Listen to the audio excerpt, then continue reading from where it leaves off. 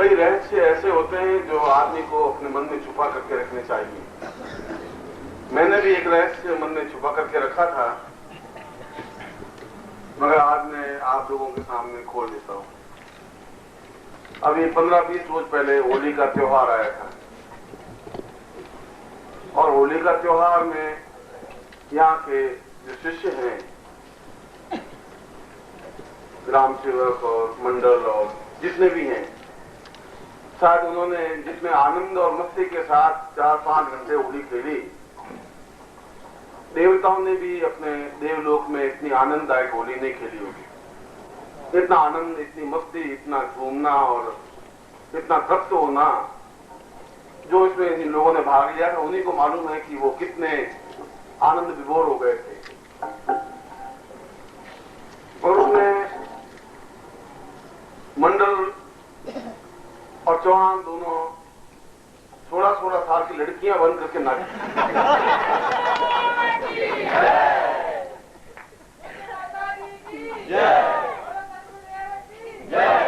मांग भरी, सिंदूर लगाया, बिंदी लगाई, महावर लगाई, मेहंदी लगाई, झांझर पहने, घाघरा पहना, सब कुछ किया।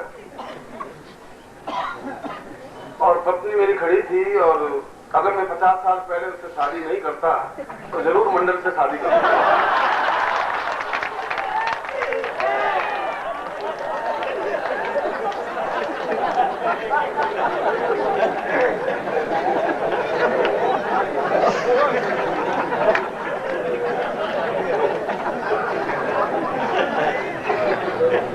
ऐसा कमर का लचकाना तो मैंने देखा नहीं।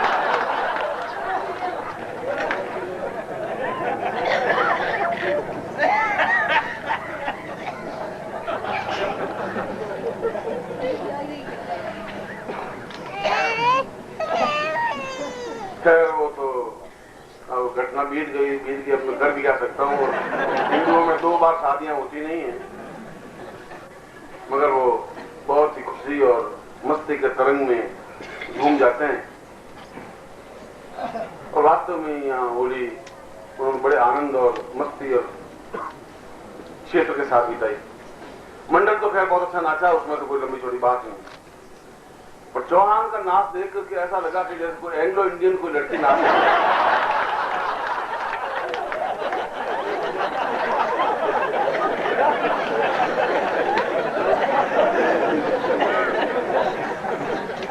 मैंने कहा मेरे सिविल में ये एंग्लो इंडियन लड़की कहाँ से? मैं खुद था।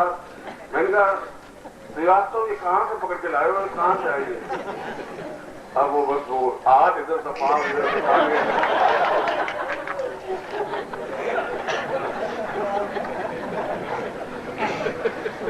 पति ने कहा बहुत घूर घूर के देख रहे हो। मैंने कहा अब कहाँ घूर, तुम पास में बैठी हुई घूर भी नहीं सकता।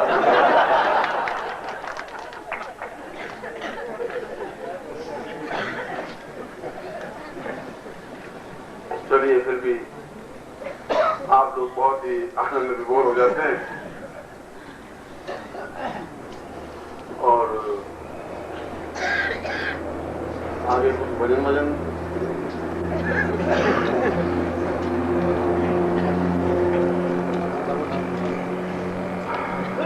मैंने अच्छा नाचता है और वास्तव में तन्मय होकर के थोड़े नाचते हैं और प्रत्येक समय में एक अपूर्व आनंद यहाँ छा जाता है। यहाँ के प्रत्येक दिन अपने आप में आनंदमय और उत्सवमय बनता है। शायद आप उस दृश्य को, होली के दृश्य को देखा नहीं होगा, और यदि देखते तो हमने पति पत्नी ने तो भाग लिया ही था। जो मेरे जवाई और बेटी और बाकी लोग रिश्तेदार वो भी आए, वो भी देखते ही रह गए कि इतनी तन्मयता भी, इतनी मस्ती, इतना आनंद भी हो सकता है। उन्होंने बड़ा ही आनंद के साथ होली का पर्व मनाया। अब की आप भी और आप में से जो कुंवारे हों वो अगले होली पे आ सकते हैं। शादीशुदाओं का प्रवेश वर्जित।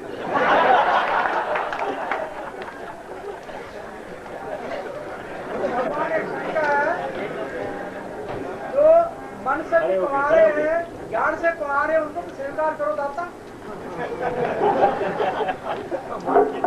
हम यहाँ तो भारतवर्ष का हर एक आदमी कुंवारा बना ही घूमता है। हर क्षण नवीन हो, मस्ती से भरा हुआ हो, छलकता हुआ हो।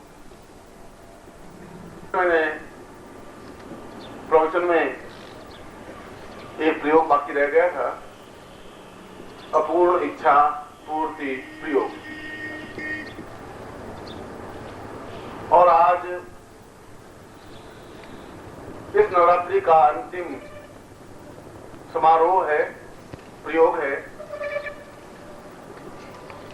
और पूर्णाहुति का तात्पर्य होता है हमारे जीवन की जितनी और जो कुछ न्यूनताएं हैं, जो कुछ कमियां हैं, वे सब आहुति के रूप में समर्पित हो जाएं और समर्पित हो जाएं, हम पूर्ण हो जाएं। हो सकता है इन 7 दिनों में, हो सकता है इन 700 दिनों में, हो सकता है 7 वर्षों में और 7 जन्मों में जिंदगी में गलतियां की हों। और गलतियां जो नहीं कर सकता वो मनुष्य भी नहीं बन सकता।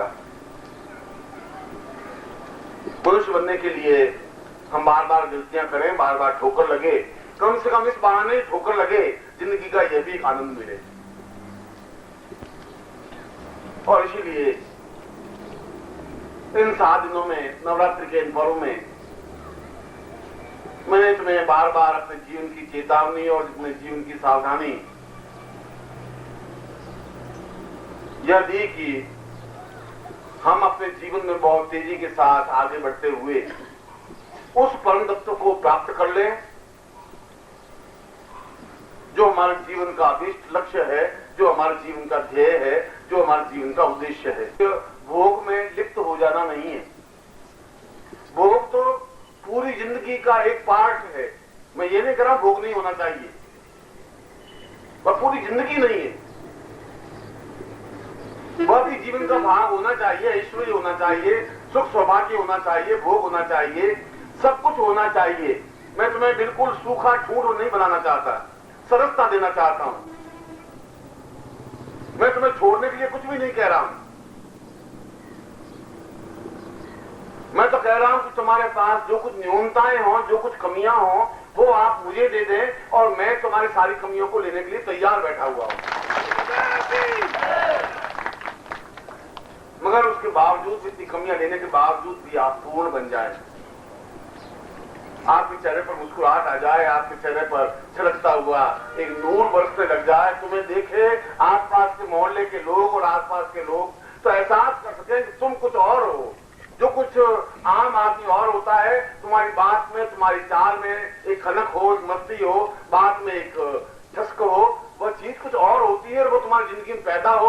और अगर मेरे स्पर्श पाकर के भी अगर पैदा नहीं हो सके तो दुनिया की कोई विधाता भी तुम्हें वो खनक पैदा नहीं कर सकती थी। तुम्हारी आंखें धोखा खा सकती हैं और धोखा खाती हैं। तुम्हारी मन में सब प्रकार के सांप तैरते हैं, विषैले भी, अजगर भी। मैं इस बात की चिंता नहीं करता। मैं अपनी राह पर अपनी मस्ती के साथ अपना गमछा कंधे पर डाले हुए बाहर चला जा रहा हूं। न मैं पीछे मुड़ के देखता हूं, न मैं गलती करता हूं और न चिंताएं मेरे ऊपर छाती हैं, न इस बात की परवाह करता हूं। अपनी जिंदगी अपनी मस्ती है और अपने साथ अपने शिष्यों को लिए हुए अपने पड़ाव अपनी मंजिल पर बैठे हुए चला जाता हूं। और निश्चय रखो कि मैं तुम्हें अपने साथ लेके जाऊंगा।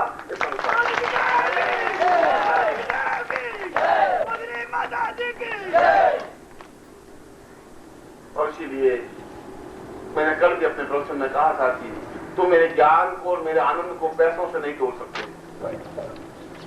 मुंबई के 132 रुपए किराए से तुम उनको नहीं तोड़ सकते, और तोड़ते हो तुमसे ज्यादा घटिया आदमी कुछ नहीं हो सकता।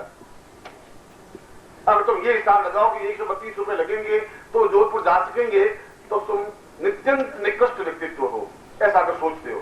तुम्हें सोचना चाहिए कि गुरु नहीं है, मुझे गुरु की जरूरत नहीं है। ये सोचना तुम्हारा ज्यादा सुखदायक लगेगा, मुझे ज्यादा अच्छा लगेगा।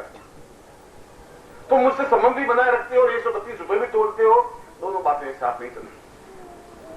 प्रेम में पैसों का मूल्य नहीं आंका जा सकता, और अगर पैसे हैं तो प्रेम तुम्हारे पास फटने नहीं देना चाहिए।